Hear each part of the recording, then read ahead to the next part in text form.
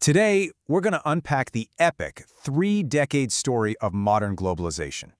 I mean, it's a heck of a story. It's got everything. An explosive beginning right after the Cold War, a painful reckoning, and now a total reinvention of the world economy. So where do we even begin? You know, when you hear this quote, it sounds like it could have been written yesterday, right?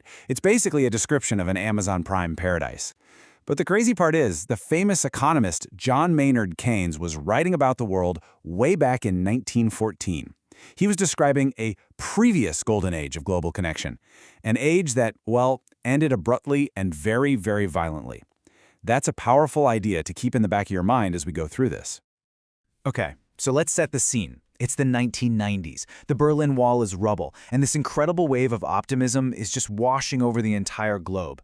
This was the birth of modern globalization, a time of just explosive growth and this powerful belief that the whole world was becoming one giant, integrated marketplace.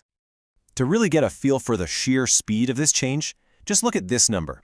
Back in the late 1980s, this was how much currency was traded every single day, $190 billion. Now that sounds like a huge number, for sure, but trust me, it was just the warm-up act. Because by 1995, just a few years later, that daily number had absolutely skyrocketed to $1.2 trillion. Yeah, trillion with a T. Money was just flying across borders at a speed nobody had ever seen before. It really felt like there were no limits to this new, connected world. So you have to ask, what was the big idea driving all this? Well, the intellectual engine behind it all was this deceptively simple theory from way back in the 19th century called comparative advantage.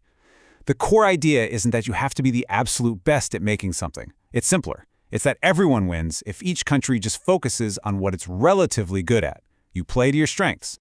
Okay, so let's make this super clear. Check out this table. You've got West and East. Now, West is actually better at making both computers and bicycles. So you might think, well, West should just do everything, right? But look closer. West's real superpower is making computers. East, on the other hand, is relatively better at making bicycles. So if West goes all in on computers and East focuses on bikes, and then they trade, the total amount of everything goes up. The pie gets bigger for everyone. That was the promise. Trade wasn't a zero-sum game. But, okay, let's pump the brakes for a second. Here's a little reality check. Even back then, at the absolute peak of all this optimism, the idea of a perfectly flat world wasn't quite true. Turns out most investment was still being financed at home. Money wasn't flowing quite as freely as you'd think from the headlines. It was a little hint that maybe the foundations of this new world weren't as solid as they looked. And those little cracks, well, they were about to turn into massive fault lines. This brings us to Act 2, the reckoning. That early, dizzying optimism was about to run headfirst into a series of brutal shocks, and the whole idea of globalization came under serious attack. You can almost pinpoint the moment the mood started to shift. It was 2006, with the collapse of these huge global trade talks. It was a big deal because for the first time in decades, the political will to just keep pushing for more free trade, it just evaporated. The global consensus was breaking apart. And after that, it felt like the hits just kept on coming. The 2008 financial crisis was a massive body blow.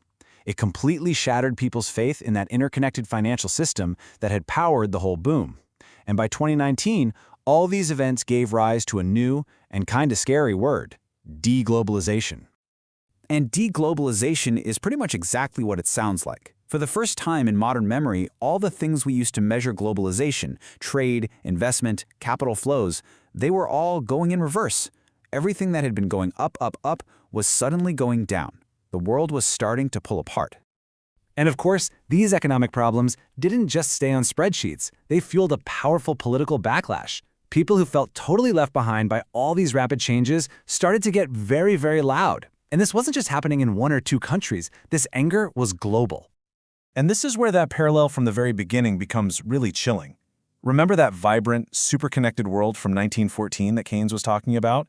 Well, all this talk of deglobalization brought that memory rushing right back. That world, It ended in war. The first great age of globalization didn't just fade away. It was destroyed. And all of a sudden, the idea that our own era of connection could go into a dangerous reverse, well, that started to seem terrifyingly real. And listen, this backlash wasn't just a Western story, not by a long shot. This quote from an unemployed worker in China just shows that the same fears were being felt all over the planet. This is a guy who helped power China's incredible rise, but then as jobs started moving on to even cheaper countries, he got left behind. That anxiety was a truly global thing. So where does all that leave us?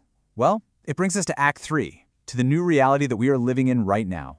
See, globalization didn't die. It just transformed. It became something slower, more cautious, and way more complicated. Welcome to the age of slowbalization. So what on earth is slowbalization? Basically, it's the idea that the explosive growth period is over. Trade and investment, they aren't expanding faster than the global economy anymore. So the world's still connected, definitely, but the pace has slowed to a crawl. The high-speed train has become a local commuter. And this chart, this picture tells the whole story. Just look at the contrast. You've got that steep, rapid climb during the boom years, and then after the financial crisis, it just flatlines. The engine didn't shut off completely, but it was throttled way, way back. Now, it's really tempting to blame this all on politics and trade wars, and that's part of it, for sure. But there were deeper things going on. The easy wins, like making shipping cheaper, were mostly gone. And big companies started realizing, hey, maybe having our supply chain stretched all the way across the planet has some hidden risks. On top of that, China started making more of its own stuff instead of just assembling parts from other places. And if all that wasn't enough, another layer got added to this, and it's a really big one. The global economy started to fracture along geopolitical lines. We're moving away from that idea of one single system and towards a world of competing economic teams. These numbers just show you how huge this shift has been. At the end of the Cold War, the world's non-democratic nations were a pretty small slice of the global economy. Today, their share of global GDP has more than doubled. Their share of the world's biggest companies has jumped from just 3% to 30%. This isn't a small adjustment, it's a fundamental rebalancing of global power. And this visual just hammers the point home. The autocratic world now makes up over a third of the entire global economy. The West is no longer the only game in town, not even close. We are living in a bipolar economic world, and that's a reality that would have been totally unthinkable back in the 90s. So this is where our story leaves us for now. I think what it shows is that globalization was never some unstoppable force of nature. It was always a man-made system, a fragile one that's constantly being reshaped. We started with that parallel to the first golden age, an interconnected world that ended in the catastrophe of World War I. And today, we find ourselves in another era where the global system is fracturing into rival camps. It leaves us with a really unsettling question. As our world divides again, can we avoid repeating the mistakes of the past? Will this time be any different?